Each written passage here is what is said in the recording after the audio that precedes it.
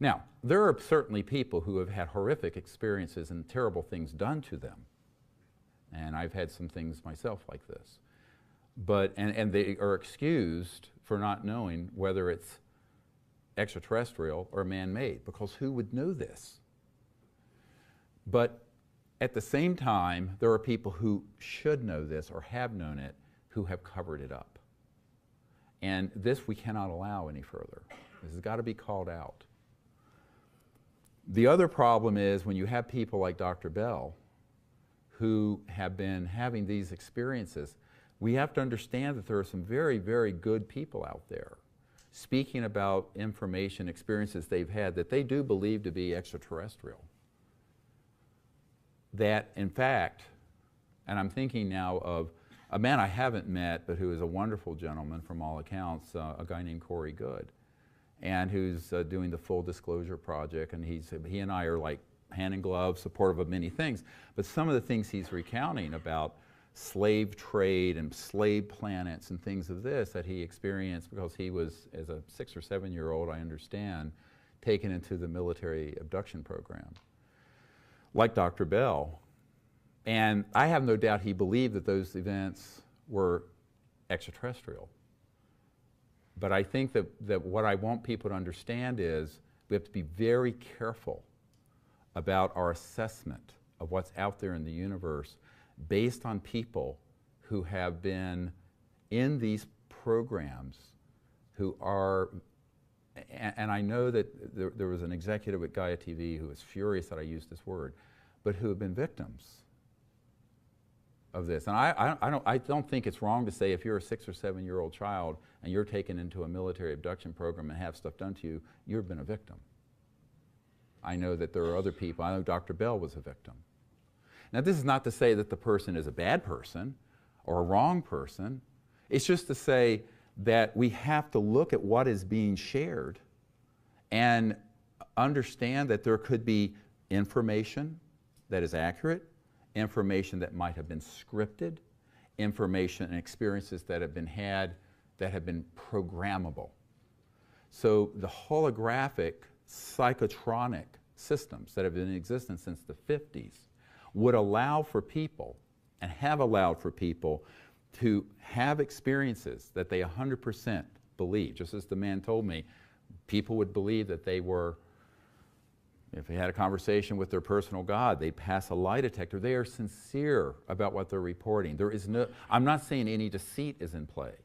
What I'm saying is that it would be very easy to deceive somebody who's a child or a young adult with these fearsome weapon systems and technologies that are in the hands of absolute psychopaths. I mean, true psychopaths in the covert programs. And I know who some of these folks are, and they will stop at nothing to see that people are convinced that there is a threat, as Ronald Reagan said at the United Nations, that we should unite against and fight, to unite the world around. And all I have to say is that if the future is that future, you might as well dig a hole and climb in it. So we better wake up and understand that the information that is out there has to get looked at from many perspectives. What's the origin of the experience? Was it deep, unacknowledged special access projects that hoaxed it? Is that person having an experience with an extraterrestrial, interstellar civilization, an entity from another dimension that's not extraterrestrial, which is also out there? A scripted program from the intelligence community using these very advanced technologies that have been in development for 70 or 80 years? What is it? And it's not, I'm not trying, you have to ask these questions. And you have to begin to understand that there is a capacity to use this sort of information in a way that would redound to whom? the military, industrial, gangbangster, global complex of fascists that are desperate to have World War III be interplanetary. Now, this is why when you start talking about this issue of false INW, indications and warnings, deceptive indication and warnings, false flag, it's a very deep hole to go down. And what I would encourage people to do is to question what part of this, what they are learning, seeing, has been programmed into our society, and many times innocently has been piggybacked on people. One more level of what I call this, so I've gone through the aircraft that are anti-gravity, the electromagnetic weapon systems, and now the human intelligence. There are a lot of people who have had actual ET contact experiences that when that is known by the intelligence community, and I've had this confirmed to be by multiple independent corroborating sources, are then targeted by the intelligence community with a man-made abduction event to confuse them. And so that they don't know what part, where did the ET event end and the man-made one start. Do you understand what I'm saying? That has been done because everything is tracked.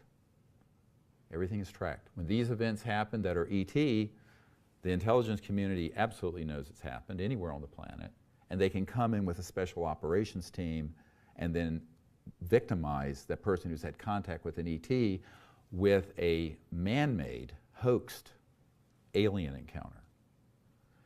So it gets very complex, and I regret to inform you that this is not something that is new. It's been talked about actually since the 70s and 80s by various people, but it's been hushed up.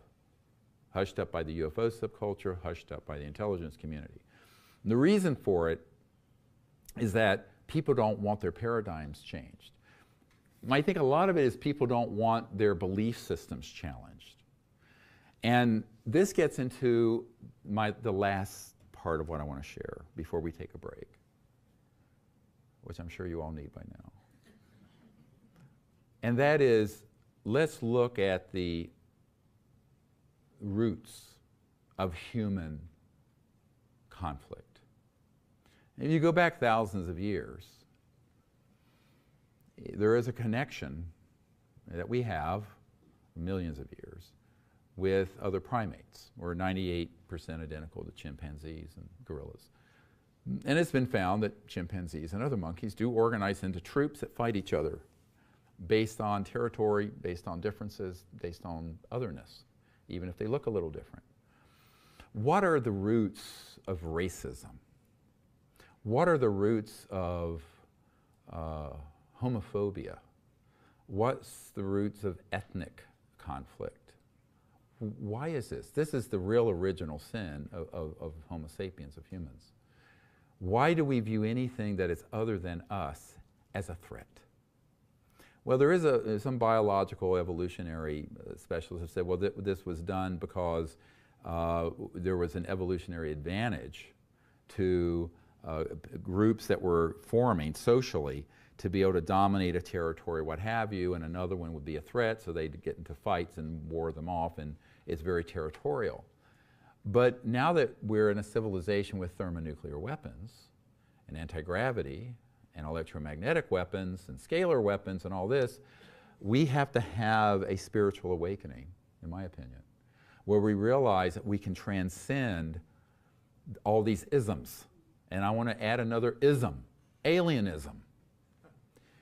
Alienism, as I'm going to define it tonight, is the proclivity to view anything that is non-human, but an intelligent life form, as a potential threat.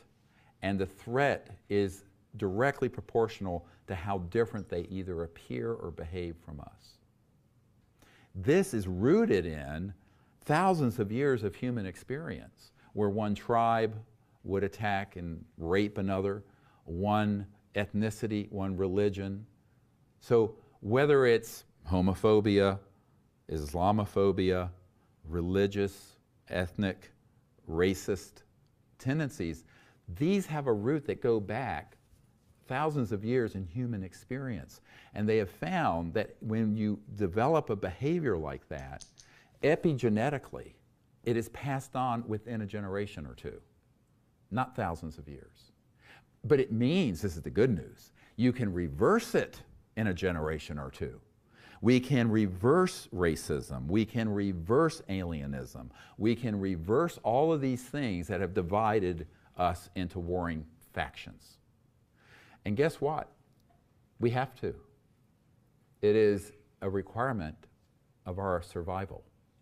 We can no longer live as a species that views anything that we don't understand or is different from us as a priori immediately a threat and get into a fight with them.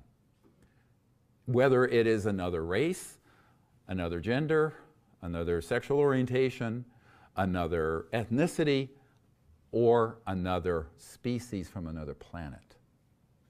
Because that only ends in destruction. Now, when we were just clubbing each over the head with, clubs and spears and stuff, or muskets even, it was one thing to behave this way. It was deleterious and appalling and savage.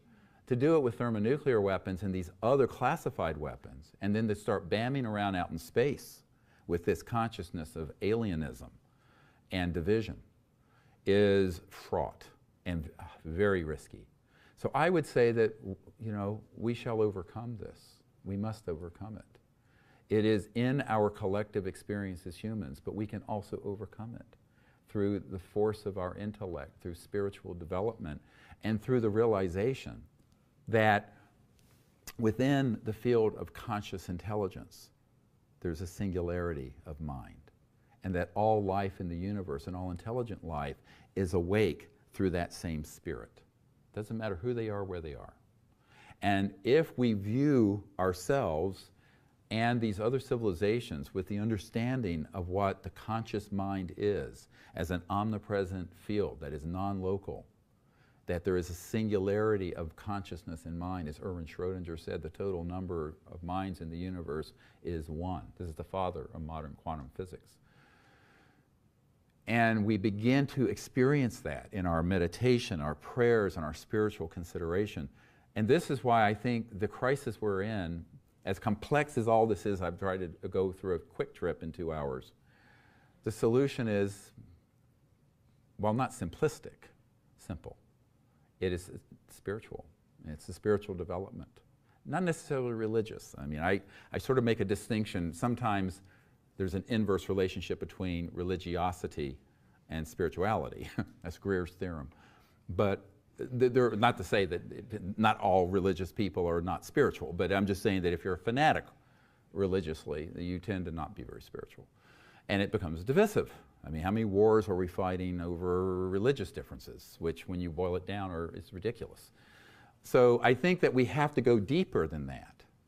But if we're now having to deal with interstellar civilizations that are waiting for us to join the interstellar club and the interstellar society, which is what's been happening for many decades, we're going to have to find a solution to this thinking, this paradigm of division, of racism and alienism, that the intelligence community, the bad actors here, not the good guys, but the bad actors have been exploiting because they know there is a history of people hating and fearing and fighting anyone that is different from them, whether it's a different sexual orientation and bashing gay people, or a different race with slavery, or a different gender and the suppression of women, or a different religion, on and on and on.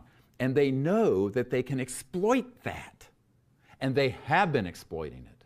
And we have to stand up and wake up and say, no more. We won't be fooled again.